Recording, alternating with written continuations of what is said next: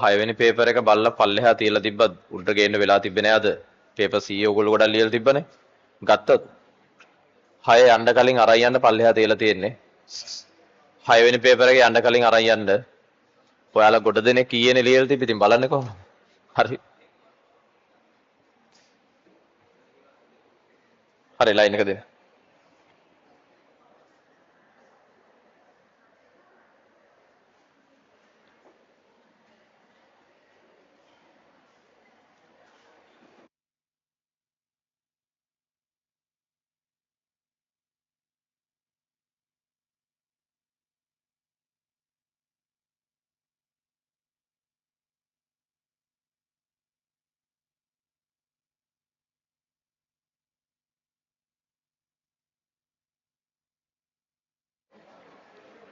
හරි. දැන් අහගන්න අද දවසේ. අද දවසේ අපේ සාකච්ඡාවට ගන්නේ අපේ සාකච්ඡා මාලාවේ සෑහෙන දුරක් දැන් ඇවිල්ලා තියෙනවා 5 වෙනි පේපර් එකේ MCQ එක. මේදී 5 වෙනි එකේ එසේ එක සාකච්ඡාවට අරන් තියෙන්නේ අපි. ස්ට්‍රක්චර්ඩ් එක මේ ලැබෙන සතියේ සාකච්ඡා කරන්න තියෙනවා. පුතේ ගන්නකො මේ බහුවර්ණ වල 48 වෙනි ගාන 48. හරි?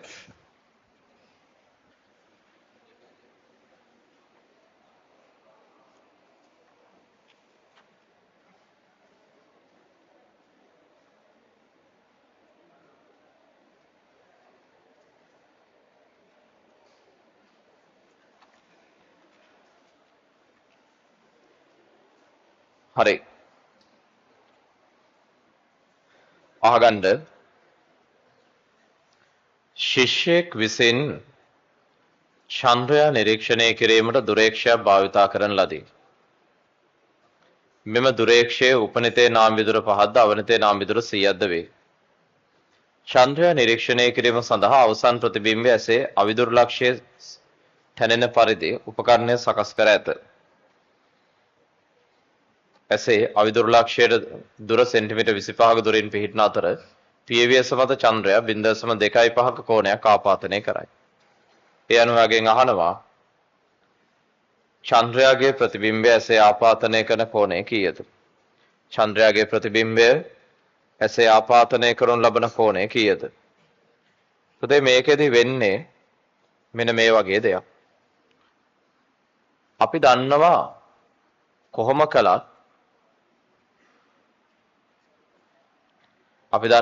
කළත් මේ සාමාන්‍යයෙන් ඔය දුරේක්ෂය වුණත් අන්වීක්ෂය වුණත් උපනෙත් කාචය හැසිරෙන්නේ සරල අන්වීක්ෂයක් ලෙස. ඒ අනුව මේකෙදි ඔය විශාලණයට ලැබෙන ප්‍රකාශය වෙන්නේ මෙන්න මේ වගේ ප්‍රකාශයක්.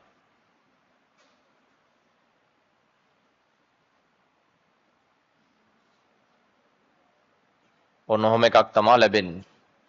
ඔය තමයි සරල අන්වීක්ෂයේ විෂ දෘෂ්ටි ආමුදුරේ ප්‍රතිබිම්බ හැදෙන වෙලාවේ FO බෙදීම D වතාවක් එක ධන D බෙදීම F. මේකෙන් ගන්න විශාලණයට එනගේ මේ තියෙන්නේ උපනිතේ විශාලණය මේ තියෙන්නේ අවනිතේ විශාලණයෙන් ලැබෙන ප්‍රකාශය FO බෙදීම D. ඒ අනුව මේකෙදි මෙයා 100යි මෙයා 25යි අනුපාතය 4යි එක ධන 25 බෙදීම 5යි. මෙතන 5යි 1යි 6යි 6 4න් වැඩි කළොත් 24යි. කොහොමද දුරේක්ෂයේ උපරිම විශාලණය ලැබෙන්නේ අවසන් ප්‍රතිබිම්බ විෂ දෘෂ්ටි ආමුදුරේ හැදෙත් තමයි. ඒ අනුව මේ m සමානයි ප්‍රකාශ උපකරණය තුලින් බලද්දී අසමත ආපාතනය කරන කෝණය බෙදීම පියවියසෙන් බලද්දී අසමත ආපාතනය කරන කෝණය. එනම් මේ 24 සමානයි බීටා බෙදීම ඇල්ෆා ඇල්ෆාලාගේ 0.25යි අංශක කියන්නේ 4න් 1යි. එනම් බීටා වලට එනවා අංශක 6ක් කියලා. බීටා වලට එනවා අංශක 6ක් කියලා. ඔන්න අදාළ පිළිතුර. බීටා වලට එනවා අංශක 6ක් කියලා. හරි. ඊළඟට 47 වෙනි ගාන ගන්න බලන්න. 47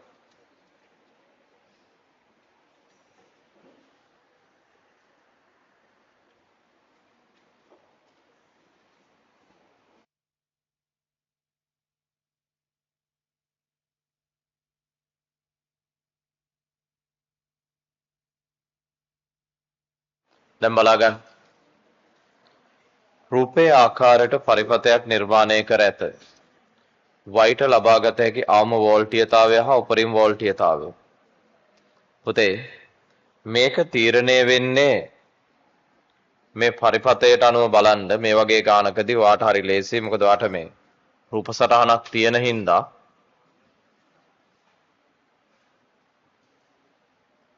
මේක තේරුම් ගන්න ලේසියි. මෙතෙන්දී මේ පැත්තේ ප්‍රතිරෝධය මුළු ප්‍රතිරෝධය 2R නේ. මෙතන මුළු ප්‍රතිරෝධය 2R මේක R. ඒ අනුව මෙතන භූගත නම් මෙතන 10යි වෝල්ට් නම් ඔයාගෙන් අහන්නේ මෙතන විභවයනේ. ඉතින් මේ විචල්්‍ය ප්‍රතිරෝධය බිඳුව සහ R අතර වෙනස් වෙද්දී තමයි මේ උත්තරේ එන්නේ. ඉතින් මේ විචල්්‍ය ප්‍රතිරෝධයේ බිඳුව වෙලා මේ විචල්්‍ය ප්‍රතිරෝධයේ බිඳුව වෙලා මේක නිකම්ම කම්බියක් වුණොත් මෙහෙම මේ 10යි වෝල්ට් හින්ද ඇතිවන ධාරාව මෙහෙම ගලාගෙන ඇවිල්ලා මේ ඔස්සේ යන්නේ නැතුව මේ ඔස්සේම යනවා. ඒතර මේ හරහා ධාරාවක් යන්නේ නිකන් ලුහුවත් පරිපථයක් වගේ. ඒ හරහා විභව ඇස්වන්නේ. ඒ අනුව වයිට එන අවම විභවය එන්නේ R බිඳුවේදී. ඒක බිඳුවයි. වයිට එන අවම විභවය එන්නේ R බිඳුවේදී. ඒක බිඳුවයි. හැබැයි මෙතෙන්දී මේ ප්‍රතිරෝධය R දක්වා ගියොත් මෙතන සමක ප්‍රතිරෝධය වෙනවා 2R බෙදීම 3යි කියන එක. මෙතන සමකය 2R බෙදීම 3 නම් දැන් විභවය බෙදෙන්නේ ප්‍රතිරෝධ අතර අනුපාතයට. R ට 2R බෙදීම 3යි කියන්නේ බෙදෙන්නේ 3ට 2 අනුපාතයට. R ට 2R බෙදීම 3යි කියන්නේ බෙදෙන්නේ 3ට 2 අනුපාතයට. එහෙනම් මේ හරහා 6යි මේ හරහා 4යි. මම හිතන්නේ ඒක හදන්න දෙයක් තියෙනවා. මෙතන බිඳුව නම් මෙතෙන්ට යන්න පුළුවන් විභවය 94යි. ඒ අනුව R විචලනය කරද්දි මම හැමදාම කියනවා විචල්‍යයක අවමය හා උපරිමය ගන්න. ඒතර උත්තරේ එනවා 0.4යි. 0.4යි. ඊළඟ 46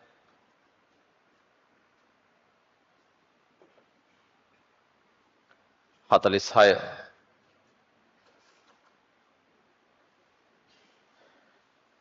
පුතේ ලබන මාසෙදී පේපර් ඩිස්කෂන් එක තනි දවසකට එනවා. හරි දැන් පේපර් ඩිස්කෂන් කොටස් තුනකට මම කරන්නේ. සඳුදා, බ්‍රහස්පතින්දා රෑ සහ සිකුරාදා. කොටස් තුන වෙන වෙනම යන්නේ.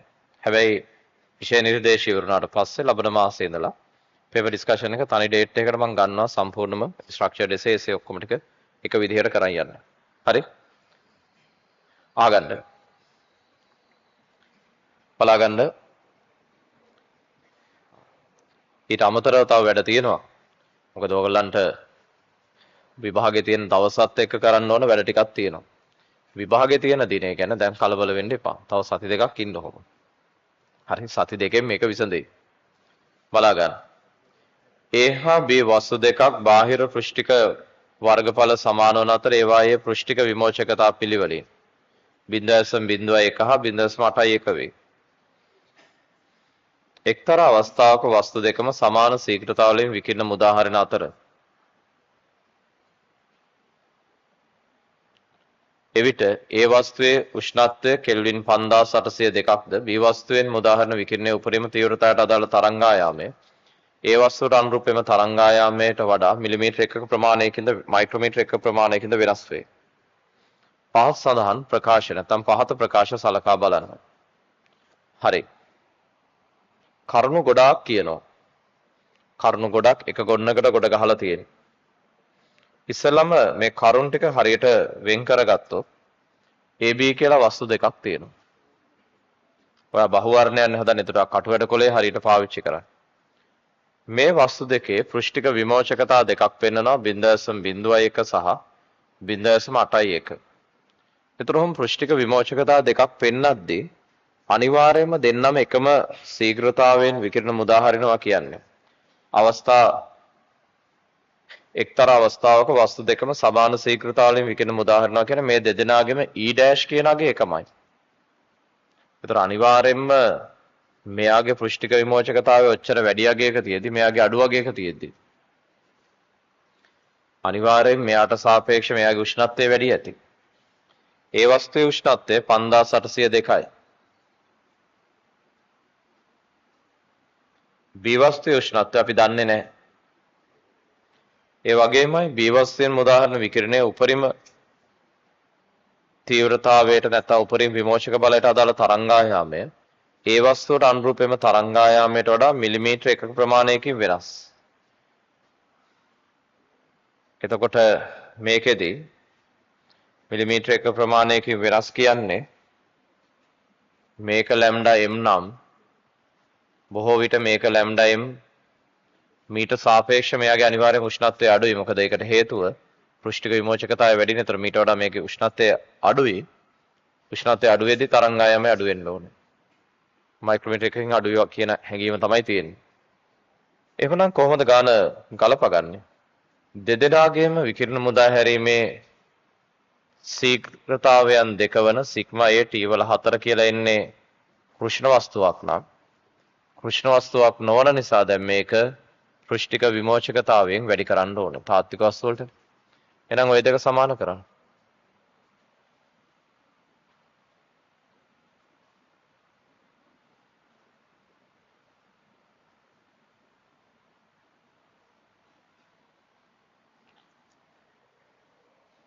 බාහිර වර්ගඵල සමානයි සිග්මා නියතයක් කැපිලා යනවා. E1 0.01යි T1 කියන්නේ 5802 4 වෙනි බලය. E1 0.81යි T2 4 වෙනි බලය. මම හිතන්නේ දැන් මේක සුළු කරගනිද්දී T2 4 වෙනි බලය ලියන්න පුළුවන්. 5802 4 වෙනි බලය කලබල නොවි සුළු කරගන්න. මේක එක වුණොත් මේක 81යි 81 කියන්නේ 3 4 වෙනි බලය. 4 මූලය ගත්තාම T2ට එනවා 5802 3ෙන් බෙදා. 5802 3ෙන් බෙදුවොත් 1934යි. හරිනේ. එහෙනම් B ගේ උෂ්ණත්වය අඩුයි. B ගේ උපරිම විමෝචක බලයට අදාළ තරංගායාමයද අඩු විය යුතුයි. දැන් එහෙනම් ලැම්ඩා m T ගුණිතය වීන් නියතයට සමාන කරලා එක වස්තුවකට අදාළව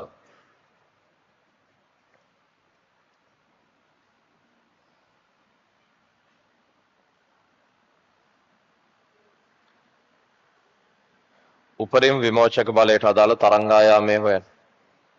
හරි. මේකේ තරංගායාමය වැඩි වෙන්න ඕනේ. මොකද උෂ්ණත්වය අඩු වෙද්දී තරංගායාමයේ ප්‍රතිලෝමන වැඩි වෙනවා. උෂ්ණත්වය අඩු වෙද්දී තරංගායාමය වැඩි වෙන්න ඕනේ. හරි. ඒ අනුව ලැම්ඩා m ට එන උත්තරය ගන්න. ඒ අනුව මේක බෙදුවොත් 0.5 මයික්‍රෝමීටර වගේ එන්නේ ඒක හරි. එහෙනම් ලැම්ඩා m ට a ගෙන්නේ ඕක නම් උෂ්ණත්වය අඩු කෙනාගේ උෂ්ණත්වයට ප්‍රතිලෝමන සමානුපාතික විමෝචක බලයට අදාළ තරංගායාමය B ගේ එකක් වැඩි වෙන්න ඕනේ. උෂ්ණත්වය වැඩි නම් උපරිම විමෝචක බලයට අදාළ තරංගායාමය අඩුයි. මොකද ප්‍රතිලෝමන සමානුපාතික. ඒ අනුව ඔන්න ඔය වගේ තත්ත්වයක් තියෙනවා. A නිවැරදි, B නිවැරදි, C නිවැරදි, D වැරදි.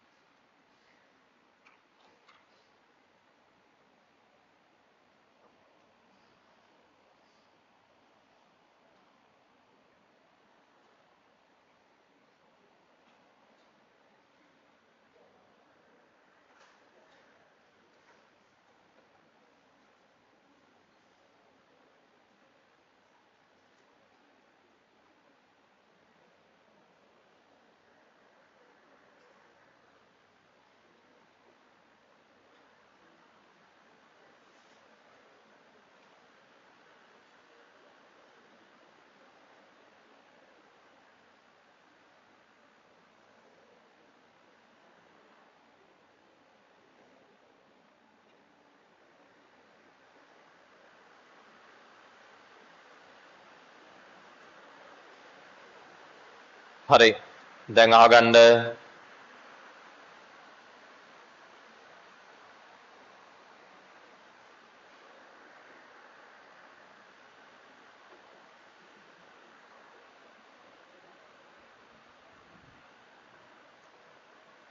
බලාගන්න.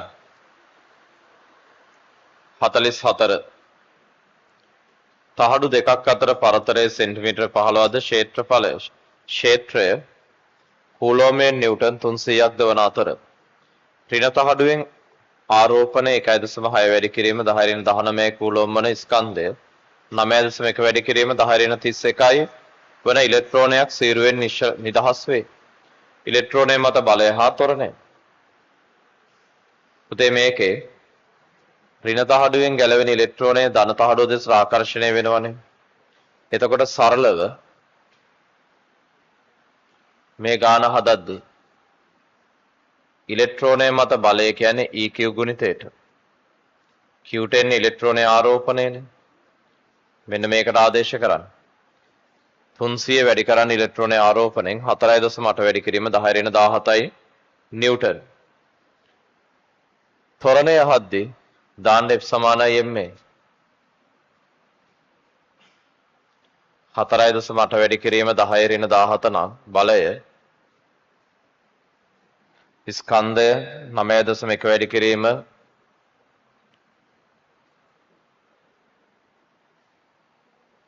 10 ත්වරණය A.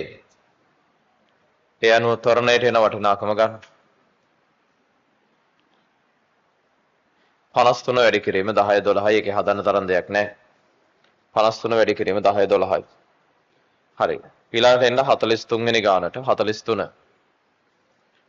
පහත ආකාරයට දුෂ්‍රාවී තරලයක් අඩංගු ටැංකියක එකිනෙකට H බෙදීම දෙකක පරතරයෙන් A හා B නම් සමාන දිග ඇති නල දෙකක් සවි කර ඇත. A නලයේ අරය B නලයේ අරය මෙන් දෙගුණයකි. A නලයේ අරය B නලයේ අරය මෙන් දෙගුණයකි. A නලය පමණක් විවෘත කොට ටැංකියේ ජල මට්ටම H උසක් පවත්වාගෙන යාමට ටැංකියට Q ශීඝ්‍රතාවයෙන් ද්‍රවය සැපිය යුතුය. A නලය පමණක් විවෘත කර ටැංකියේ ජල මට්ටම H උසකට තියාගන්න. හරි. Q ශීඝ්‍රතාවයෙන් ද්‍රවය සපයන්න ඕන කියන්නේ ඔය A නලයෙන් ද්‍රවය කාන්දු වෙන්නේත් ඒ ශීඝ්‍රතාවයෙන්ම තමයි. A හා B නල දෙකම විවෘත කොට ටැංකියේ ද්‍රව මට්ටම 2H උසකින් පවත්වාගෙන යාමට ටැංකියේ ද්‍රවය වක් කළ යුතු ශීඝ්‍රතාවය. එතකොට දැන් නල දෙකෙන් එළියට යන ශීඝ්‍රතාවයෙන් අපි මේ ද්‍රවය ලබා දීම කරන්න ඕනේ. කොහොමද හදන්නේ? කොහොම බලන්න. මේ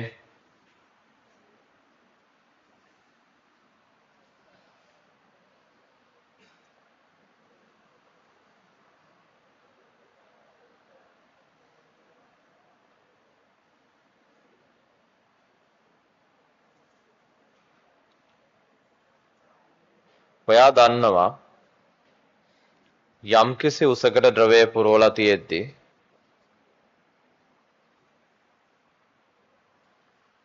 බලගන්න. යම්කිසි උසකට ද්‍රවය පුරවලා තියෙද්දී ද්‍රවය ඉවතර වෙන ශීඝ්‍රතාවය 5 බෙදීම 8යි. ඒ වල 4 බෙදීම ඊටා ඩෙල්ටා P කියන්නේ H rho G. මොකද මෙතන පීඩනය P0 මෙතන පීඩනය උසට අනුව ඇති වෙන්නේ H rho G බෙදීම L. හරි. දැන් ගානේ කියනවා A නලය පමණක් විවෘත කරලා තියෙද්දී ද්‍රව මට්ටම H වල තියාගන්න. හරි. Q ශීඝ්‍රතාවයෙන් ද්‍රවය එකතු කරන්න ඕනේ. Q ශීඝ්‍රතාවයෙන් ද්‍රවය එකතු කරන්න ඕනේ කියන්නේ මෙතනින් කාන්දු වෙන්නේ මේ වෙලාවේ Q ශීඝ්‍රතාවයෙන් මේ වෙලාවේ B වහලා තියෙනවා. මේ වෙලාවේ B වහලා තියෙනවා. ඒ අනුව ඔය Q කියලා කියන්නේ මෙන්න මේකට 5 බෙදීම 8යි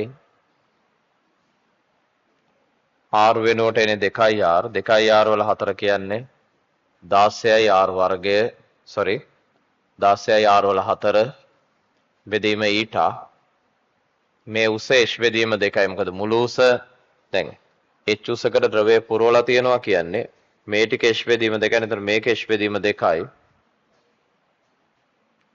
rho g බෙදීම L. ඕක තමයි Q. හරි. දැන් ඔය බඳුනේම අපි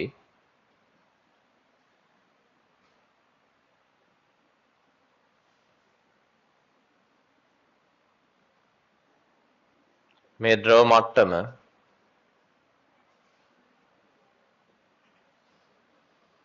මේ වගේ ලොකු උසකට 2h උසකට පුරවනවා.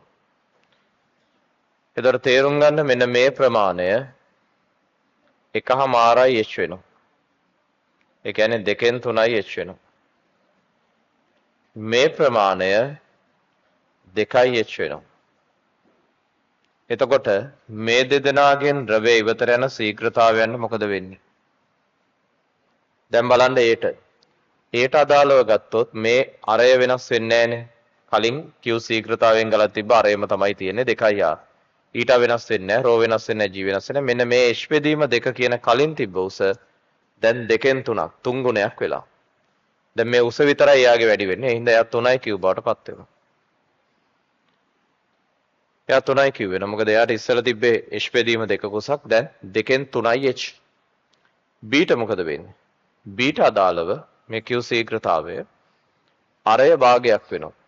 ඊට සාපේක්ෂ අරය භාගයක් කියන්නේ මේක ඒ කියන්නේ දැන් අරය තියෙන්නේ පුතේ මෙයාගේ 2r නේ. අරයගේ r. ඒතර අරය භාගයක් වෙනවා කියන්නේ 16 ගුණයකින් මේක බෙදෙනවා. ඒ අරය මේකෙන් 16න් එකක් බවට පත් වෙනවා. අයි හතරවෙනි බලයනේ. r වල 4 දැම්මම 16 ගුණයකින් මේක බෙදෙන්න ඕන. හරි. ඊළඟට උස මෙතන ඉඳන්ම දැන් තියෙන උස 2යි h වෙනවා. ඒ කියන්නේ h බෙදීම 2 වගේ උස 4 ගුණයක් වෙනවා. ඒ අනුව මේ අගය q බෙදීම 4ක් වෙනවා. මේ අගය q බෙදීම 4ක් බවට පත් වෙනවා. ඒ අනුව ඔන්න B නලයෙන් ද්‍රවය ඉවතට ගලන ශීඝ්‍රතාවය. එහෙනම් ටෝටල් එක කීයද දෙන්නේ? සංප්‍රයුක්තයට එනවා 3q ධන q බෙදීම 4. 13q බෙදීම 4යි.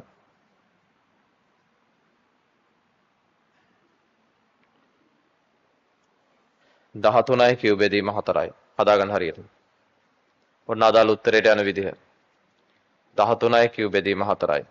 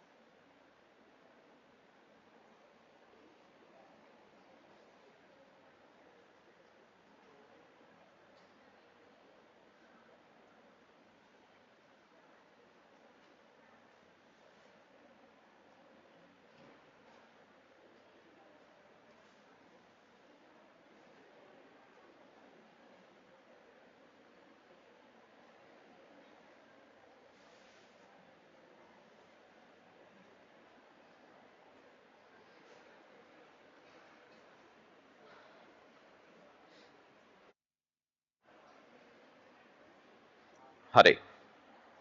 ඊළඟට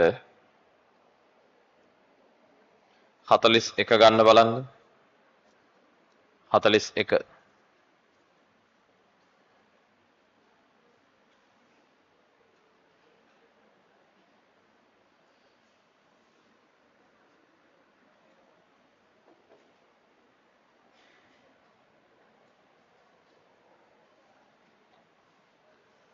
දුෂ්‍රාවී නොවන ද්‍රවයක් අඩංගු. ඒතකොට දුෂ්‍රාවිතාවය බලපාන්නේ නැහැ. පරිමාගලන ශීඝ්‍රතාවයට මේ දුෂ්‍රාවී සමීකරණ ලියන්න ඕනේ. නිකම් මේ AV කියලා ලියන්න පුළුවන්. ටැංකියක් සම්පූර්ණයෙන්ම ද්‍රවයෙන් පුරවා ආධාරකයක් මත තබා ඇත. ටැංකියෙන් පිටතට විවෘත වූ තිරස් නලයක් ඔස්සේ ද්‍රවය පිටතට නිකුත් වේ. ටැංකියට ද්‍රවය පිරී ඇති උස H ඉදිරි නිකුත් වන ද්‍රව පහරේ තිරස් පරාසය R විචලනය වන ආකාරය. මේ ද්‍රව පහරේ තිරස් පරාසය R වෙනස් වෙන්නේ කොහොමද? හරි. අගන්න. හොයාට ගාන ගැන හිතනද ප්‍රස්ථාරයක් දීලා තියෙනවා. දැන් ඔයා හොඳටම දන්නවා මේ ද්‍රව බඳුනේ හැඩතලය පැත්තකින් තියන්නකො. ද්‍රව බඳුනේ හැඩතලය වෙන කතාවක්. ඊට කලින් අපි බේර ගන්න ඕන කතා ටිකක් තියෙනවනේ මේක ඇතුලේ.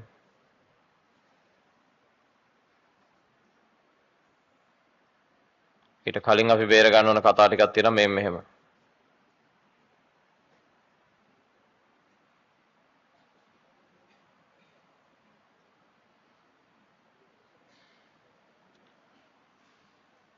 මෙතනින්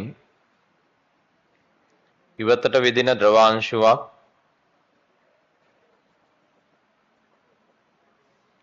මෙහෙම යන තිරස් දුරක් තියෙනවනේ. එතකොට මෙතන ඉවතට විදින ද්‍රවාංශක වේගය මූල 2g x x කියන්නේ මෙන්න මේ උස. හරි. එතකොට මොන ද්‍රවාංශය මෙතනින් ඉවතට විද්දත් මොන වේගයෙන් අතරම ද්‍රව මට්ටම අඩු වෙද්දී මේ වේගය අඩු වෙනවා. හැබැයි කවුරු කොයි වේගෙන් විද්දත් පොළොවට යන්න ගත වන පියාසර කාලය එකමනේ. මොකද සිරස් චලිතයට අදාළ මේ හැම අංශයකම සිරස් ආරම්භ ප්‍රවේගයේ බිඳුවයිනේ. එතකොට තිරස් පරාසයට මේ හැමෝටම බලපාන එකම පියාසර කාලය. තිරස් පරාසයට මේ හැමෝටම බලපාන එකම පියාසර කාලය. මොකද තිරස් විවිධ වේග වලින් විදි. වතුර මට්ටම වැඩිපුර තියදී වැඩිපුර වේගයෙන් විදි, අඩු වෙද්දී අඩුවෙන් විදි. ඊළඟට මේ හැමෝම පොළවේ වදින්න ගත වෙන්නේ එකම පියාසර කාලය. ඒ අනුව මේ තිරස් පරාසයට මොකද වෙන්නේ? වාගෙන් අහන්නේ තිරස් පරාසයට වෙන දේ h උසත් එක්ක. කොටිම කියනවා නම් සිම්පල් h උසත් එක්ක අහන්නේ. මේ මුළු උසන h. එතකොට මෙතෙන්ට උස කැපිටල් H කියලා ගත්තොත් හරි. මේ උස කියන්නේ h ඍණ කැපිටල් H. එතකොට x වෙනුවට ඕක ආදේශ කළොත්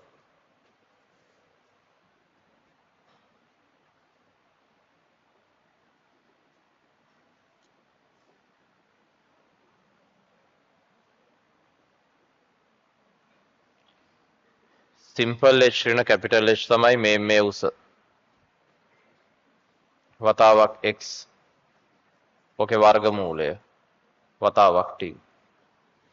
ඒ අනුව තිරස් පරාසය කොහොමද වෙනස් වෙන්නේ? තිරස් පරාසය කොහොමද වෙනස් වෙන්නේ? හරි. මෙතන x එන්නේ නැහැ දැන්. x එනුනේ අපි ආදේශ කළේ x එන්නේ නැහැ. හරි. ඔන්නෝමයි එන්නේ. ඉතින් ඔයාලට තේරෙන්න ඕනේ. ඔයාගෙන් ප්‍රස්ථාරය අහන්නේ මෙන්න මේ වගේ වපුසට එක.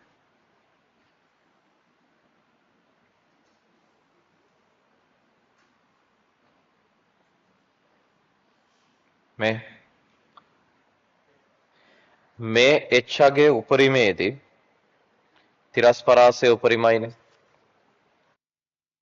එහෙනම් ප්‍රස්ථාරය මේ හරිය මෙහෙ තියෙන්න ඕන. ඒ වගේ මේක අඩු වේගනේදී එක තැනකදී බිඳුව වෙන්න එපා.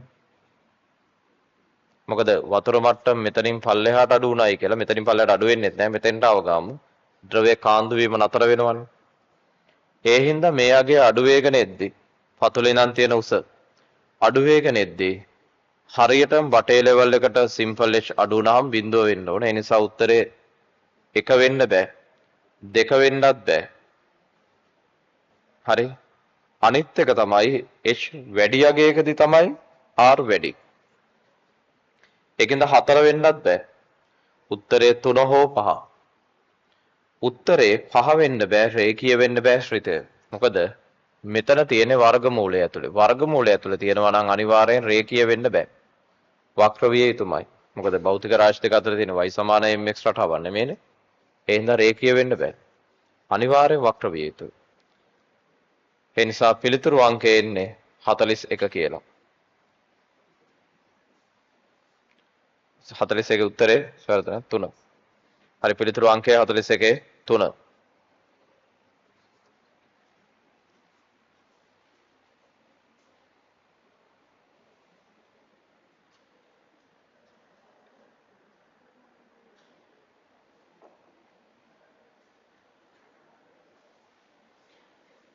හරි.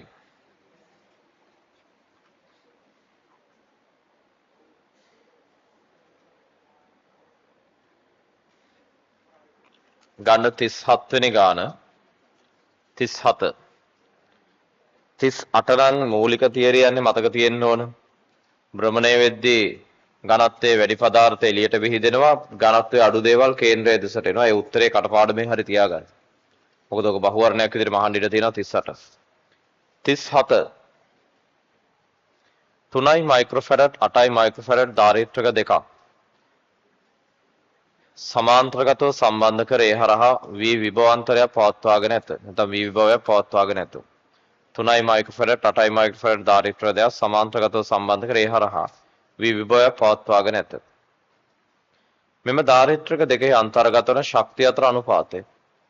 එතකොට මේ දෙන්නගේ ශක්තිය අතර අනුපාතයකට යනවා නම් ධාරිත්‍රකයක ශක්තිය කියන්නේ භාගයයි CV වර්ගයෙන් ශක්ති සමීකරණ තුනක් තියෙනවා මං ගන්නේ භාගය CV වර්ගය. ඇයි මේ වෙලාවේ සමාන්තරගත ධාරිත්‍ර දෙක හරහා විභවයේ නියතයන්නේ.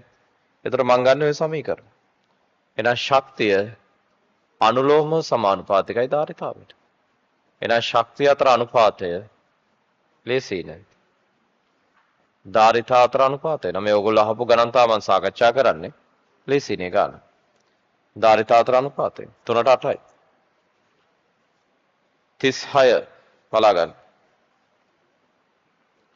A හා B සන්නායක ගෝල දෙකක ධාරිතා C1 C2 වේ. ඒවා පළමු රූපයේ පරිදි පවතින අතර ඉන්පසු දෙවන රූපයේ ආකාරයට කම්බියකින් සම්බන්ධ කරයි. A හා B ගෝලවල ආරම්භක ආරෝපණය Q1 Q2 වේ. ඒ ගෝලයේ ආරම්භක ආරෝපණය ඒ ගෝලයේ පසු ආරෝපණය දරන්නා වූ අනුපාතය. පුතේ මම මේ ගණන් පහුගිය කාලේ හැදුවා. වෙනස් විභවවල තියෙන ගෝල දෙකක් සම්බන්ධ කළාම පොදු විභවයකට එනකන් ආරෝපණ හෝමාරු වෙනවා. ඒ අනුව Q1 Q2 ආරෝපණයන් බෙදලා ගිහිල්ලා අවසානයේදී පොදු විභවයකට ළඟා වෙනවා. ඒක වෙන්නේ මෙන්න මේ වගේ.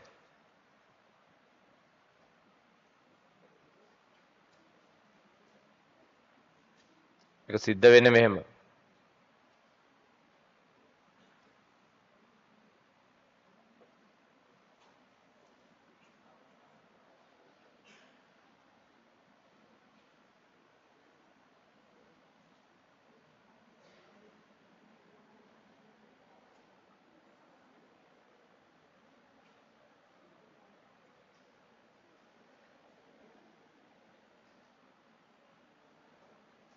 අහගන්න. මුලදී දෙන්න විභව දෙකක හිටියට අපිට මුලින් විභව වැඩක් නැහැ. දැන් පොදු විභවයකට ඇවිල්ලා තියෙනවා. ඒ අනුව දැන් අවසානයේ බෙදිලා ගිහිල්ලා තියෙන ආරෝපණවල එකතුව මුලින් තිබ්බ ආරෝපණවල මුළු එකතුවට සමානයිනේ. මොකද ආරෝපණ වර්ග දෙකම සජාතීයයිනේ. ඒ නිසා ආරෝපණ බෙදිලා ගියා කියලා ප්‍රශ්නයක් වෙන්නේ නැහැ. Q3 කියන්නේ C1V පොදු විභවය. Q4 කියන්නේ C2V පොදු විභවය. සමානයි Q1 ධන Q4. Q1 ධන Q2. මොන පොදු විභවය? එහෙනම් V කියන්නේ Q1 ධන Q2 බෙදීම C1 ධන C2.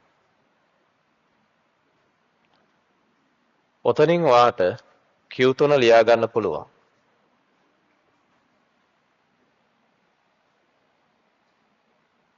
Q3 ලියන්න පුළුවන් C1 V කියලා පොදු විභවය. C1 වතාවක් V කියන්නේ මෙන්න මේකට එතකොට.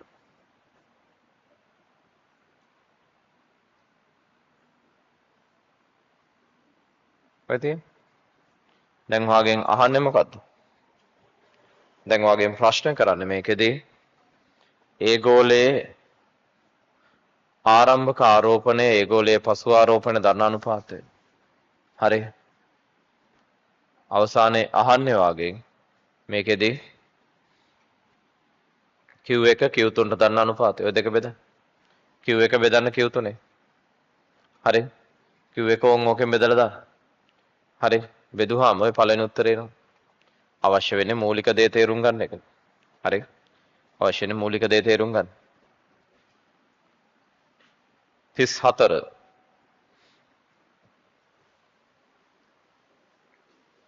ඊළඟට අහලා තියෙන 34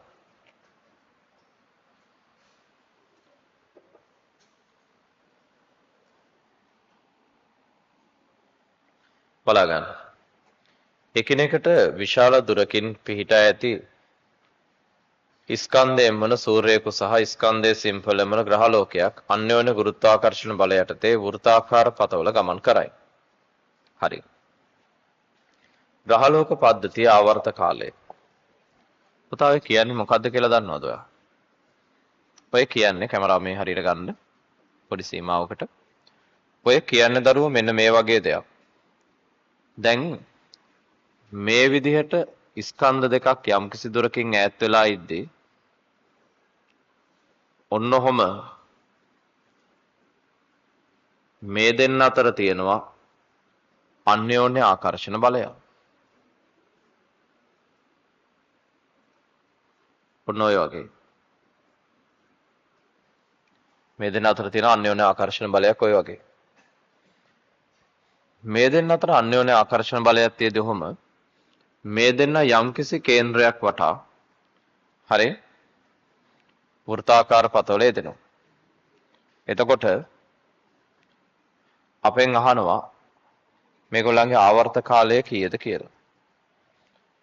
දැන් මෙයා කැරකෙන කෝණික ප්‍රවේගය ඔමේගායි කියලා ගත්තොත් මෙයාත් ඒ කෝණික ප්‍රවේගයෙන්ම කැරකෙනවා කියලා ගත්තොත් මේකෙදී අපිට පුළුවන් F සමානයි m දාලා ආවර්ත කාලයට සම්බන්ධයක් හදාගන්න. ඒ කොහොමද? මෙහෙම. කෝණික ප්‍රවේගයට ප්‍රකාශයක් ගත්තා නම් හරිනේ.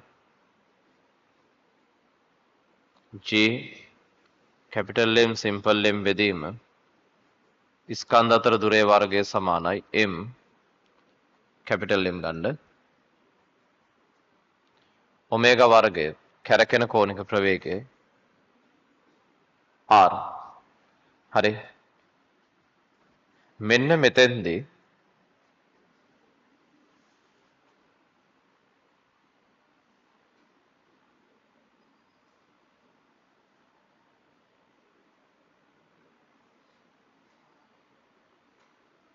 R කියන එකේ අර්බුදයක් එනවා. හරිද? මෙන්න මෙතෙන්දි පුතේ R කියන එකේ අර්බුදයක් එනවා. මොකද්ද? ඔතෙන්දි එනවා ප්‍රශ්නයක්. මේ දෙන්නගේ කේන්ද්‍රය කොහෙද කියන එක. පුතේ ඔයගේ ස්කන්ධ දෙකක් ගුරුත්වාකර්ෂණ බලය යටතේ රවුමේ යද්දී ඔය ස්කන්ධ දෙකේ කේන්ද්‍රය කියන්නේ ඔය රේඛාවේ මධ්‍ය ලක්ෂ්‍ය වෙන D බෙදීම දෙක නෙමෙයි. හරිද? ඔය කේන්ද්‍රය එන්නේ මේ වගේ දුරවල් දෙකක් අතර ඇත්තටම ඕක ස්කන්ධ කේන්ද්‍රය. එතකොට ඔය දුරට ගන්න ඕනේ මෙන්න මේකයි. ඔය දුරවල් දෙක අතර අනුපාතය සමානයි. අර ගුරුත්ව කේන්ද්‍රය වගේ තමයි ස්කන්ධ අතර ප්‍රතිවිරුද්ධ අනුපාතයට. එතකොට ඕකේ R1 කියන්නේ D බෙදන්න මේ දෙන්නගේ එකතුවෙන්. වැඩි කරන්න හරි සිම්පල් M වලින්. ඔන්න ඕක තමයි R1. එතකොට ඔන්න ඕක තමයි මෙතෙන්ට ආදේශ වෙන්න ඕන.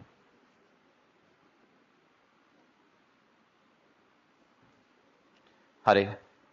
දැන් මෙන්න මේක සුළු කරන්න capital M ට capital M simple M ට simple M කැපිලා omega වර්ගය සුළු වෙලා එනවා G simple M ධන capital M බෙදීම D ඝනය කියලා. ඔන්න ඔතන ඔමේගාට 2.5 බෙදීම T ආදේශ කරගන්න. 2.5 බෙදීම T ආදේශ කරා නම් උත්තරේ එනවා. හරි එතන පොඩ්ඩක් නෝට් කරගන්න මෙම ස්කන්ධයන් භ්‍රමණය වෙනු ලබන්නේ ස්කන්ධ පද්ධතියේ ස්කන්ධ කේන්ද්‍රයේ වටාය. මොකද ගොඩක් දෙනෙක් හිතනවා මේ ස්කන්ධය කැරකෙන්නේ මේ ස්කන්ධයක අතර මධ්‍ය ලක්ෂ්‍ය වටා කියලා නෑ. ස්කන්ධය කැරකෙන්නේ පුතේ ස්කන්ධයන්හි කේන්ද්‍ර වටා. හරි ස්කන්ධයන්හි කේන්ද්‍ර වටා තමයි ස්කන්ධය කැරකෙන්නේ.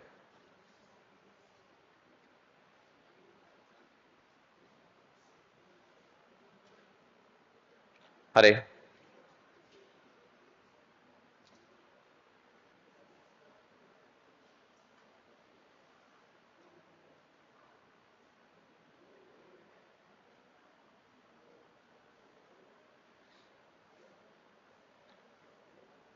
හරි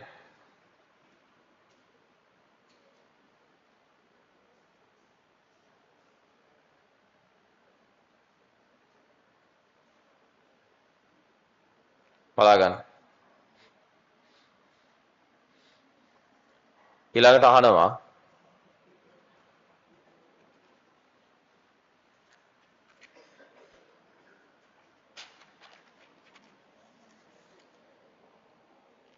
බලාගන්න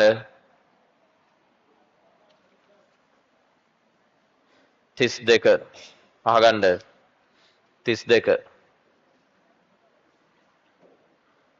අරය ආර්වන පතයක වී වේගයෙන් යුතුව චලිත වන මෝටර රථයක් තුළ දිග එල්වන සරල අවලම්බයක් එල්ලා ඇත. රථය ගමන් කරන දිශාවට ලම්බකව දෝලනය කරනු ලැබේ. එහි ආවර්ත කාලය. හොඳට අහගන්න. පුතේ ඔය දෝලන කාල සමීකරණයන්හි දැන් සාමාන්‍යයෙන් සරල අවලම්බයක දෝලන කාලයට එන්නේ මෙන්න මේකනේ. හරි. වාහනයක යන ගමන් මෙහෙම සරල අවලම්බයක් එල්ලලා තිබ්බොත් හරි වාහනයක යන ගමන් ඔන්නෝම සරල අවලම්බයක් එල්ලලා තිබ්බොත් හරි වාහනේ වංගුවක යනවා මෙතන G ට අපි ගන්න හැම වෙලෙම සරල අවලම්බයේ සඵල තොරණයනේ වාහනේ වංගුවක් ගන්නවා නම් පුතා මෙයාගේ මේ අතට ගුරුත්වජ තොරණය තියෙන අතරේ මේ මෙහෙට එනවා කේන්ද්‍ර අපසාරී තොරණයක් ඕන් ඔහොම වංගුව මේ පැත්තේ වංගුවෙන් එළියට එනවා කේන්ද්‍ර අපසාරී තොරණයක් V වර්ග බෙදීම R කියලා මෙන්න මේකේ සංප්‍රයුක්ත තොරණයයි ඔයා විසින් ගත යුතු වන්නේ ඔන්නෝකේ සංප්‍රයුක්ත තොරණයයි ඔයා විසින් ගත යුතු වන්නේ මේ වැඩේදී ඕක එයන් ඕක තමයි අර වර්ගමූලය තුලට ආදේශ වෙන්න ඕනේ ඕන වෙලාවක සරල අවලම්බයක දෝලන කාල සමීකරණයේ G කියන්නේ සඵල තොරණයනේ එතකොට ඒ ප්‍රදේශයට සාපේක්ෂ තොරණය කියන්නේ ගුරුත්ව තොරණයයි කේන්ද්‍ර අපසාරී තොරණයක් වෙනවා එළියට ඒ දෙකේ සංප්‍රයුක්තය කේන්ද්‍ර අපසාරී තොරණයක් වෙනවා එළියට ඒ දෙකේ සංප්‍රයුක්තය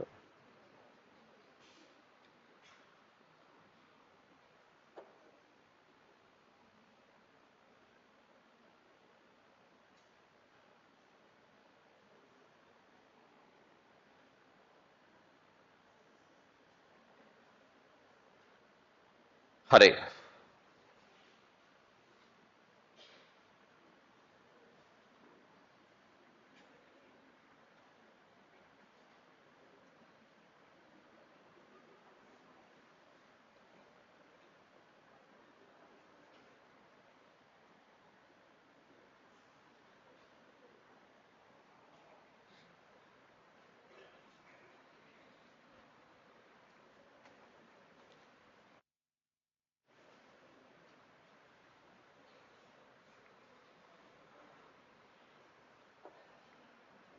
අහගන්න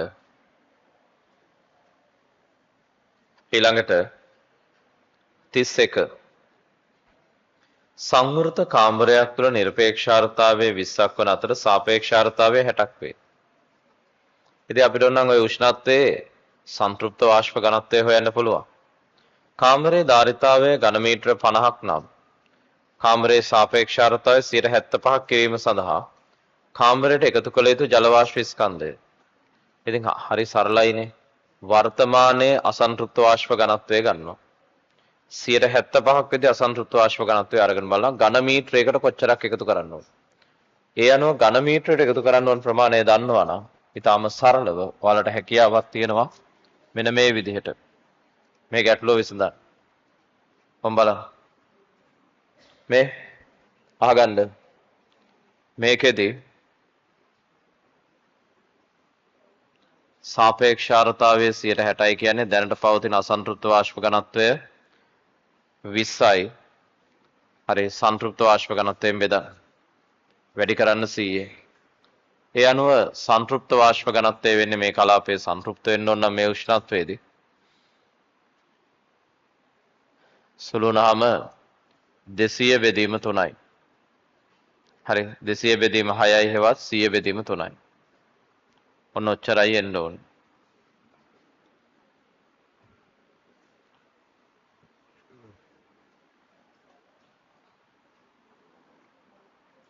හරි. සාපේක්ෂ ආර්ද්‍රතාවය 75ක් කරන්න ඕන නම් මේ කලාපයේ වාෂ්ප ඝනත්වය කීයට ගන්න ඕනද? සන්තෘප්ත වාෂ්ප ඝනත්වය 100 බෙදීම 3යි වැඩි කරන්න 100. 100ට 100 සුළු වෙනවා. හරි මේක 3ෙන් බෙදුවාම ඒ සඳහා වාෂ්ප ඝනත්වය 75ක් වෙන්න ඕනේ.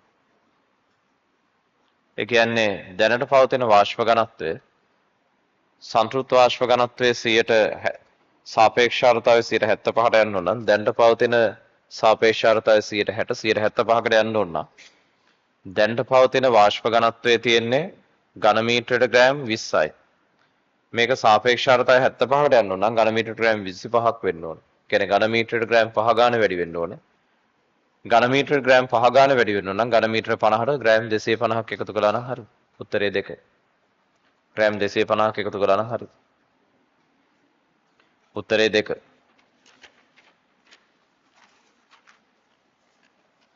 ග්‍රෑම් 250ක් එකතු කළා නම් හරි. හරි. ඊළඟට බලා ගන්න 30. අභ්‍යන්තර ප්‍රතිරෝධය 200 ඕම් වෝල්ට්මීටරයක් හා පරිපූර්ණ ඇමීටරයක් භාවිතා කර රූපයේ පෙන්වා ඇති ප්‍රතිරෝධ ජාලය නිර්මාණය කර ඇත. භාවිතා කරලා තියෙන වෝල්ට්මීටරයේ ප්‍රතිරෝධය නම් 200යිලු. ඇමීටරේ නම් පරිපූර්ණයිලු. x හා y ලක්ෂ අතර v විභවාන්තරයක් යොදා ඇත. වෝල්ට්මීටර පාඨාංකය 10 වෝල්ට් වූයේ නම් ඇමීටර පාඨාංකය. ඉතින් මේ දීලා තියෙන ජාලය දිහා බලලා ඔයාට සරලව පුළුවන් මේ විදිහට xy අතර විභවාන්තරයයි සමක ප්‍රතිරෝධයයි හෙව්වනම් ධාරාව වෙනවනේ xy අතර විභවාන්තරයයි සමක ප්‍රතිරෝධයයි හෙව්වනම් ධාරාව වෙනවනේ. ඒතර ඇත්තට මේ ජාලය දිහා බැලුවාම ඔයාට තේරෙන්න ඕනේ මෙන්න මේ කාරණාවන් ටික. 200 ඕම් 200 ඕම් 200 ඕම් 200 ඕම් 200 ඕම්. හරි. අවසානයේ වෝල්ට්මීටරේ තියෙනවා එකක් 200 ඕම්.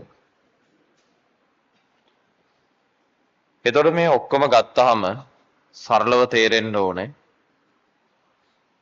200යි 200යි 100යි 100යි 200යි ශ්‍රේණිගතයි 300යි 300යි 400යි සමාන්තරගතයි 300යි 400යි සමාන්තරගතයි 300යි 400යි සමාන්තරගත නම් හරි සමකයට එන්නේ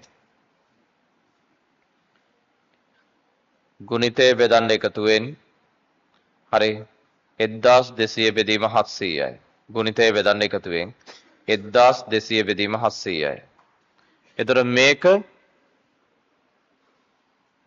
200යි. ශ්‍රේණිගතයිනේ. එතකොට ඒ 200ත් එකතු කළොත් 1200 බෙදීම 700ට. හරි ඒ 200ත් එකතු කරන්නේ 1200 බෙදීම 700ට. එතකොට මුළු සමග ප්‍රතිරෝධයට එනවා 1200 බෙදීම 700 ධන 200යි කියන්නේ පුතේ. හරි මුළු සමග ප්‍රතිරෝධයට එනවා. එතකොට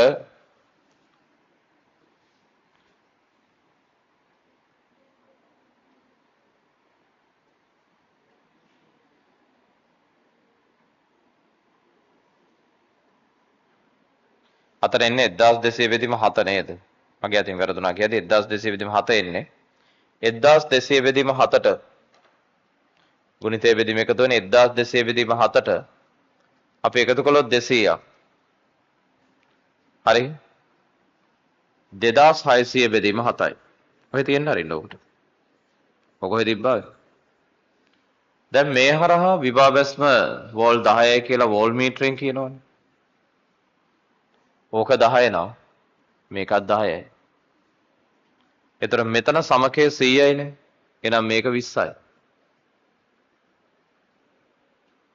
එහෙනම් මේ හරහා 30යි. 10යි 20යි මේ හරහා 30 නම් මේ හරහා 30යි. එතකොට මේ බලන්න මෙතන ගන්න සරලව මෙච්චරයිනේ තියෙන්නේ. මේ ප්‍රතිරෝධය 200යි ඕම්. මේක 1200 බෙදීම 7යි. එතකොට මේකේ මේ හරහා විභවයට ඇවිල්ලා තියෙනවා 30ක්. දැන් මේ හරහා විභවය කීයද? විභව බෙදෙන්නේ ප්‍රතිරෝධ අතර අනුපාතයට.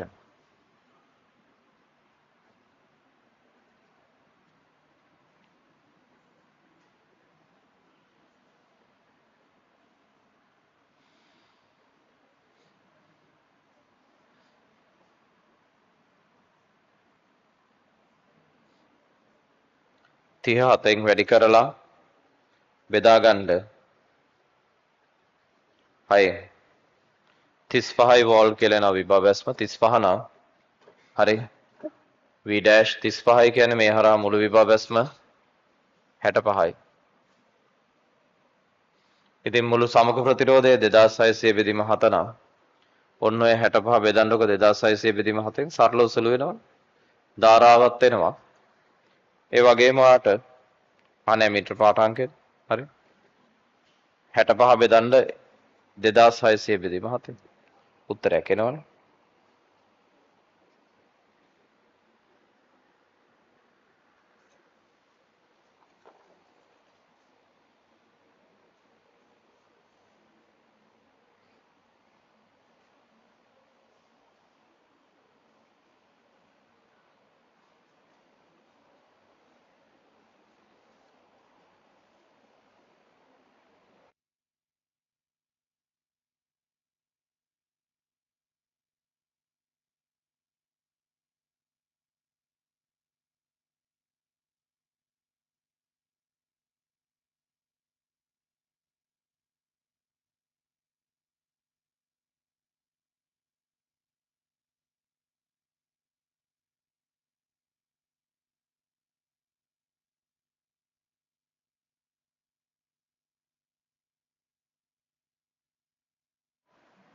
හරි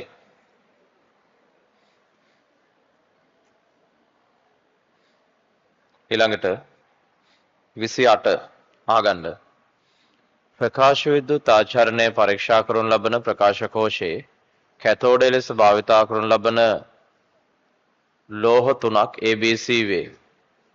මේවාට අදාළ කාර්යශිතයන් 5A 5B 5C වේ. 5A සමානයි 5B දු. හැබැයි මේ දෙකටම වඩා 5C කුඩයිලු. එක් එක් ලෝහ භාවිතා කර සංඛ්‍යාත F හා නැවතුම් විභවය අතර අඳින ප්‍රස්ථාරය එකම ඛණ්ඩාංක තලයක නිවැරදිව දැක්වෙන්නේ. මේ ඔයා දන්නවා පත්ත ෆෝටෝනයේ ශක්තිය සමානයි කාර්යශිතය දන මුක්ත වන ඉලෙක්ට්‍රෝනයේ චාලක ශක්තිය හෙවත් නැවතුම් විභවයට එරෙහිව කරන කාර්යය. නැවතුම් විභවයේ y අක්ෂයට ගන්නවා නම් මෙන්න මෙහෙම නෙන්නේ. එතකොට දැන් නැවතුම් විභවය y අක්ෂේ නම් ඔන් ඔහොමයි එන්නේ සම්බන්ධය. y සමානයි mx ඍණ c ආකාර හැඩතලයක් එන්නේ. y සමානයි mx ඍණ c ආකාර හැඩතලයක් එද්දී හරි a හා b ගේ අන්තක්ඛණ්ඩ එකමනේ. අනුක්‍රමණය නම් ඔක්කොගෙම එකයි. එකම දේ c ගේ අන්තක්ඛණ්ඩය අඩුයි. ඒ නිසා උත්තරේ 5. AB ගේ අන්තක්ඛණ්ඩය වැඩි. හැබැයි එකට සම්පාතයි ප්‍රස්ථාරය. C ගේ අන්තක්ඛණ්ඩය අඩුයි. හැබැයි AB ට සමාන්තරයි. මොකද අනුක්‍රමණය එකමනේ. අන්තක්ඛණ්ඩය C ගේ අඩුයි AB ට සාපේක්ෂව.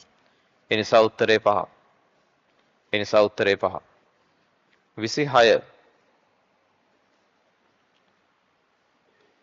බලන්න 26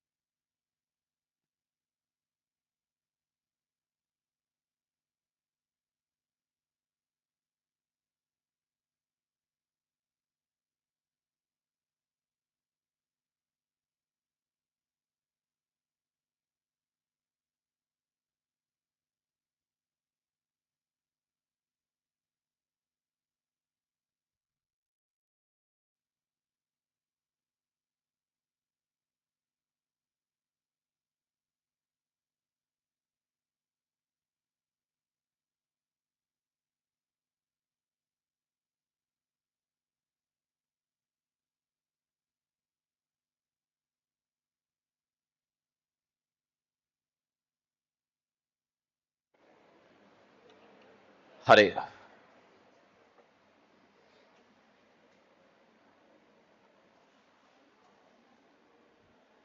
බලා ගන්න 26 රූපයේ පෙන්වා ඇති 6 මයික්‍රෝෆැරඩ් ධාරිත්‍රක 3ක් මගින් සාදන ලද ධාරිත්‍රක පද්ධතියක් x හා y අග්‍ර අතරට 90 වෝල්ට් විභවාන්තරයක් ලබා දුන් විට ඒ ධාරිත්‍රකය තුල ගබඩාවන ආරෝපණ ප්‍රමාණය. හරි. රූපයේ පෙන්වා ඇති 6 මයික්‍රෝෆැරඩ් ධාරිත්‍රක 3ක් මගින් සාදන ලද ධාරිත්‍රක පද්ධතියක xy අග්‍ර අතරට 90 වෝල්ට් විභවාන්තරයක් ලබා දුන් විට ඒ ධාරිත්‍රකය තුල ගබඩාවන ආරෝපණ ප්‍රමාණය වන්නේ. හරි. බලා ගන්න. මේකෙදී මේ රූපයේ පෙන්ලා තියෙන ධාරිත්‍රක තුනම 6 මයික්‍රෝෆැරඩ් නේ. එතකොට වෙන දේ බලා ගන්න.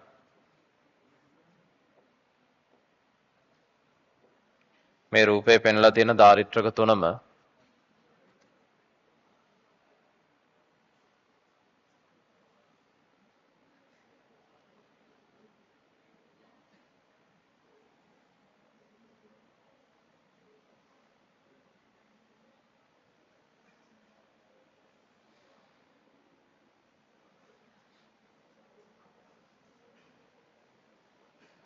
ඔන්න ඔහමනේ තියෙන්නේ.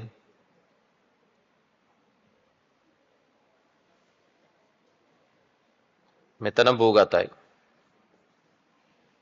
එතකොට මේකෙදි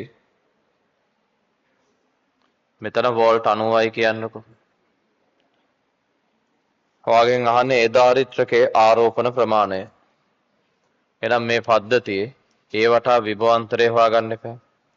දැන් තේරුම් ගන්න මෙතන විභවයේ බිඳුවයි. මෙතන කොමන්නේ මේ තැන් දෙකටම. මේ අග්‍රය මෙතෙන්ට සම්බන්ධයි කියන්නේ මේ පද්ධතිය මෙහෙම ඇඳනම් වැරද්දක් නැහැනේ. මේ පද්ධතිය මෙහෙම ඇඳත් ඕකමනේ.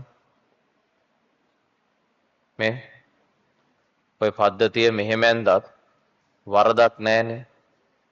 මෙහෙට ගිය කම්බිය මෙහෙට අරගෙන මෙතන තිබ්බ තහඩුව ඔහම අරගෙන එහා පැත්තේ තහඩුව මෙතන සම්බන්ධ කළාත් හරිනේ ඕකමනේ. දැන් තේරෙනවද? මෙතන කෙනාව ගලවලා ගෙනල්ලා මෙතන සම්බන්ධ කළත් මෙහෙම තමයි එන්නේ. දැන් සරලයිනේ.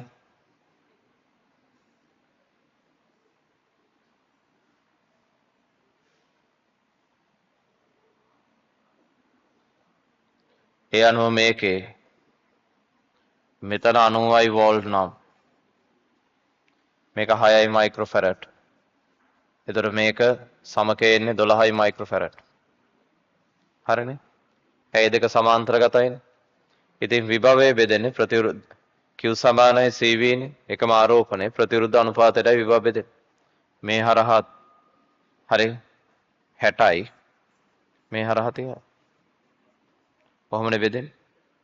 එහෙනම් මේකට Q සමානයි CV දාලා ආරෝපණය බලන්න. 360යි මයික්‍රෝකූලොම්. 360 වැඩි කිරීම 10 ඍණ 6යි. හරි. 360යි මයික්‍රෝකූලොම්.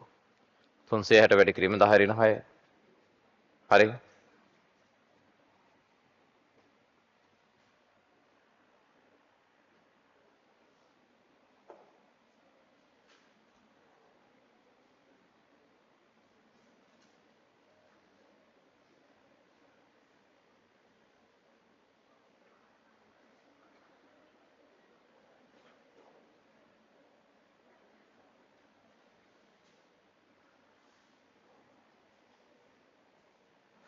හරි. බලාගන්න 23 පහත දක්වා ඇත්තේ පරිපූර්ණ වායුවක් PQRS සංවෘත ක්‍රියාවලියක ලක් කරන ආකාරයයි. පහත දක්වා ඇති වාක්‍ය අතරින් සත්‍යය.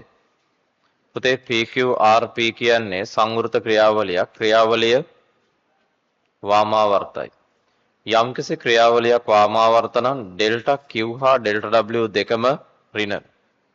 කොහොමත් සංවෘත ක්‍රියාවලියේ අභ්‍යන්තර ශක්ති වෙනස බිඳුවයි. A සමස්ත ක්‍රියාවලියේ අභ්‍යන්තර ශක්ති වෙනස ශූන්‍ය වේ නිවැරදි. ඒ නිවැරදි උත්තරේ 1 3 4. B QR ක්‍රියාවලියේදී වායුව මගින් බාහිර කාර්යයක් සිදු කරයි වැරදි නියත පරිමා ක්‍රියාවලියක්. ඒක වැරදිනේ. C සමස්ත ක්‍රියාවලියේදී වායුව මගින් තාප ශක්තිය අවශෝෂණය කරගනී. පුතේ සමස්ත ක්‍රියාවලියේදී ඩෙල්ටා Q ඍණ එන්නේ. ඩෙල්ටා Q ඍණ කියන්නේ තාපය විමෝචනය කරනවා. තාපය අවශෝෂණය කරගත්තොත් ධන කියලා ගන්න. තාපය විමෝචනය කරනවා නම් ඍණ කියලායි ගන්න. සමස්ත ක්‍රියාවලියේදී වායුව මගින් සිදු කරන කාර්යය PR T PR TS ක්ෂේත්‍රඵලයට සමාන වැරදිනේ. ඒ ක්ෂේත්‍රඵලයට සමාන වෙන්නේ RP ක්‍රියාවලියේදී කරන කාර්යය. සමස්ත ක්‍රියාවලියේදී කරන කාර්යය PQRP ක්ෂේත්‍රඵලයට සමාන. ත්‍රිකෝණයේ වර්ගඵලයට සමාන. එන මේකේ ඒ පමණක් නිවැරදි වේ. ඒ පමණක් නිවැරදි වේ. 20 වෙනි ගාන බලා ගන්න 20 ආගන්න 20 අර්ධ තරංග ඍජුකරණයේදී සුමරණය කිරීම සඳහා යොදා ගන්නා ධාරිත්‍රක නිවැරදිව සම්බන්ධ කර ඇත්තේ. පළවෙනි එකේදී පුතේ ධාරිත්‍රකයේ දාලා වැරදිනේ. දෙවෙනි එකේ ධාරිත්‍රකයේ දාලා තියෙන්නේ දියෝඩයට ඉස්සරහින්. තුන්වෙනි එකේ ධාරිත්‍රකයේ දාලා වැරදි. හතරවෙනි එකේ විතරයි පැහැදිලිව ධාරිත්‍රකයේ හරියට දාලා තියෙන්නේ. පූර්ණ තරංග ඍජුකරණයේත් මෙහෙමනේ අර්ධ තරංග ඍජුකරණයේදීත් මෙහෙමයි. දියෝඩ වලින් පස්සේ තමයි ධාරිත්‍රකයේ දාන්නේ.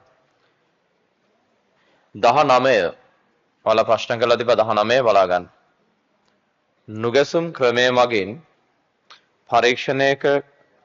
නුගසුම් ක්‍රමයේ මගින් පරීක්ෂණාත්මකව සරසුලක සංඛ්‍යාතයේ සේවන අදහස් කරන ශිෂ්‍යයෙක් සරසුල හා සංඛ්‍යාත විචලනය කළ හැකි ප්‍රභවයක් කැතෝඩ කිරණ දෝලනයක්ෂයකට සවි කර සංඛ්‍යාත විචලනය කරන විටදී B ලෙස රටාවක් ලැබුණු අතර සංඛ්‍යාත විචලනයේදී සංඛ්‍යාතය හර්ට්ස් 10කින් වැඩි කළ විට C ලෙස රටාවක් ලැබෙනවා.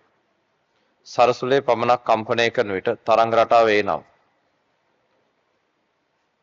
සරසුලේ සංඛ්‍යාතය.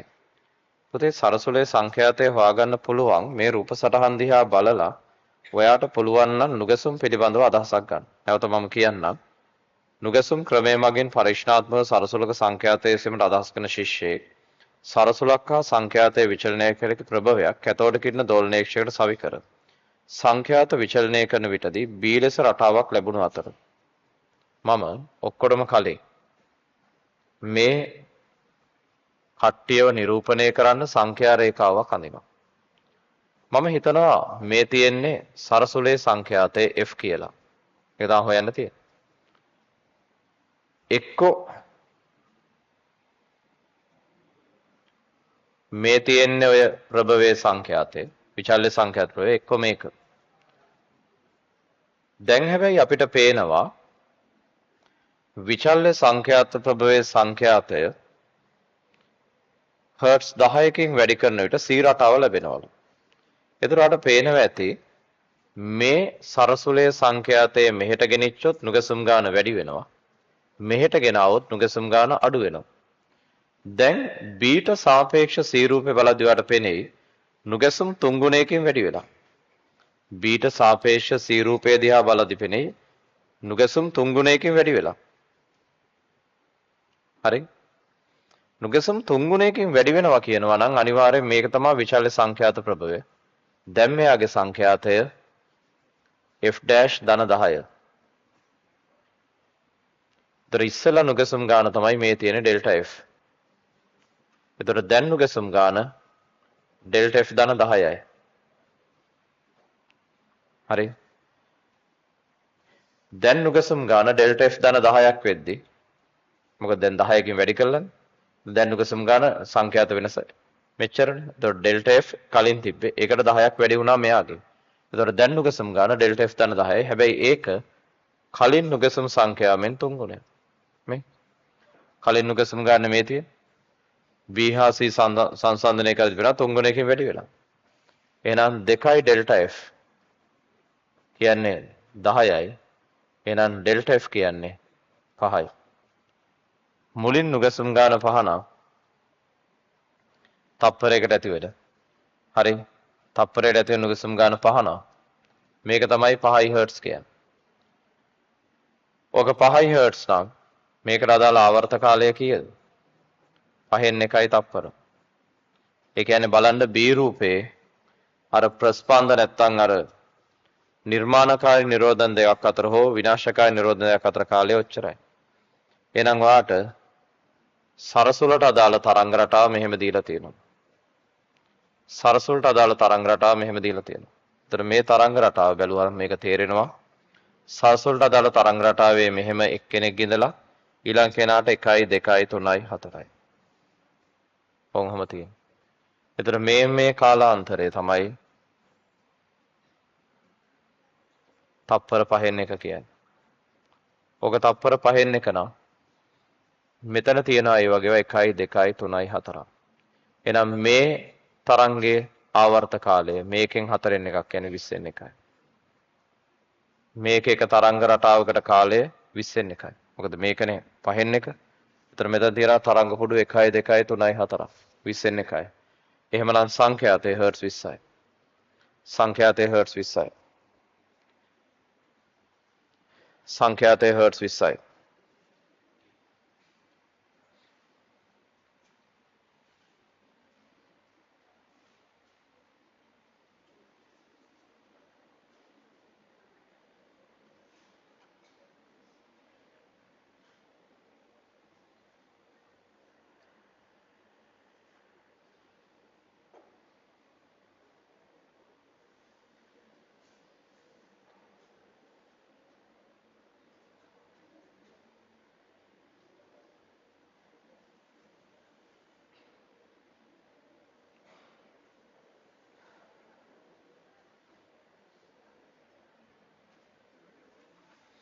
හරි.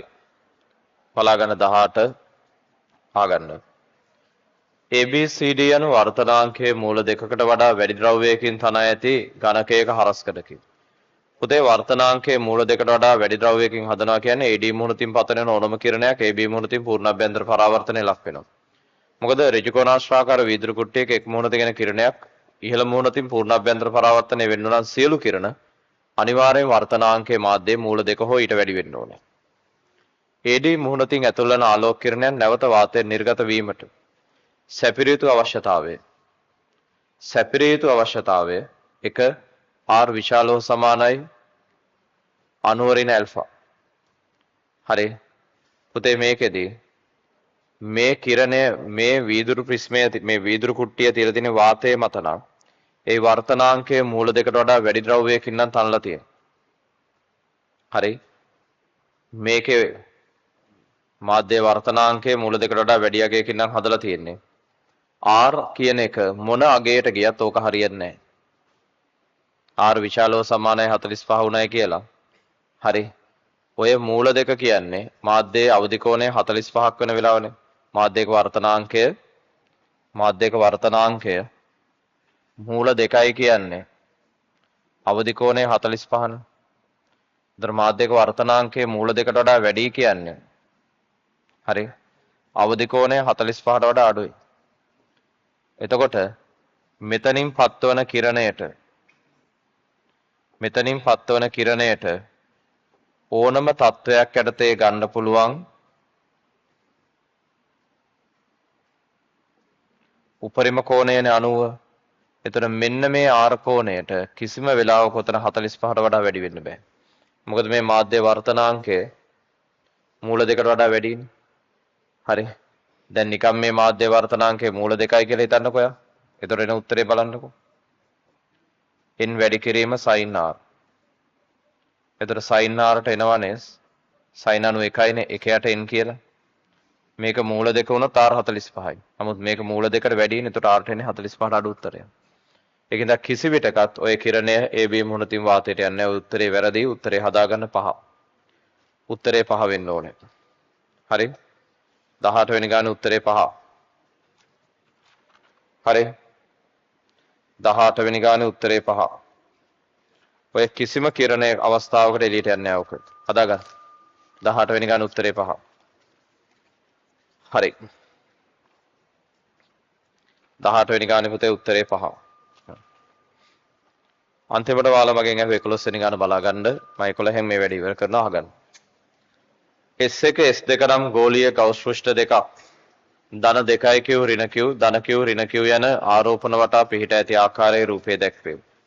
මින් අසත්‍ය වගන්තිය දීලා තියෙනවෙන් අසත්‍ය වගන්තිය මොකද්ද? දීලා තියෙනවෙන් අසත්‍ය වගන්තිය වෙන්නේ S1 S2 පෘෂ්ඨ දෙක හරහාම සඵල විද්‍යුත් ශ්‍රාවය එකම වේ. බලන්න S1 පෘෂ්ඨය හරහා සඵල ශ්‍රාවය ධන q S2 හරහා සඵල ශ්‍රාවයත් ධන q. ධන q ආරෝපණයේ බල රේඛා S1 හරහා ගමන් කරයි. කොහොමත් පුතේ ආරෝපණයක බල රේඛා ගවුස් පෘෂ්ඨ හරහා යනවා. ශ්‍රාවයටයි බලපාන්නේ නැත්තේ. ධන q ආරෝපණයේ බල රේඛා S1 ශ්‍රාවයට බලපෑමක් එල්ල නොකරයි. ඔව්. මොකද එළියේ තියෙන ආරෝපණයක් ගවුස් පෘෂ්ඨයක් ඇතුලේ ආරෝපණයට ගවුස් පෘෂ්ඨයක් ඇතුලේ ආරෝපණයේ ශ්‍රාවයට බලපෑවට එළියේ ආරෝපණයක් බලපාන්නේ නැහැ. මං කියලා දෙනවා එළිය ආරෝපණයකින්ද ගවුස් පෘෂ්ඨයක් කරා බල රේඛා ගියට ශ්‍රාවයට බලපෑමක් නැහැ. තීරිය මන් ලියලම තියෙන පොතේ. ආරෝපණවල නිකුත් වන සියලු බල රේඛා ගවුස් පෘෂ්ඨයේ පෘෂ්ඨවලට ලම්බකව ගමන් කරයි. ආරෝපණවල නිකුත් වන සියලු බල රේඛා ගවුස් පෘෂ්ඨයේ පෘෂ්ඨවලට ලම්බකව ගමන් කරයි. පුතේ බල රේඛා හරි ආරෝපණවල නිකුත් වන සියලු බල රේඛා ගවුස් පෘෂ්ඨයනේ පෘෂ්ඨවල ලම්බකව ගමන් කරයි. නෑනේ. හරි. මෙතෙන්දි මේ සියලු ආරෝපණ ලක්ෂීය ආරෝපණ ඒවා මේ ගෝලවල කේන්ද්‍රවල නැහැනේ. ගමන් නොකර ඒක හරි. මෙම පෘෂ්ඨ දෙක හරහා ගමන් කරන ශ්‍රාවයන් සමාන බැවින් පෘෂ්ඨ දෙකෙහිම කක්ෂ මත ක්ෂේත්‍ර තීව්‍රතාව සමාන වේ. එහෙම කියන්න බෑ. හරි. ශ්‍රාවය සමාන වූ පමණින් පෘෂ්ඨයේ ක්ෂේත්‍ර තීව්‍රතාවය සමානයි කියන්න බෑ. හරි. හරි. අදට උතරින් නතර කරමු. ඔන්න 5 වෙනි පේපර් එක.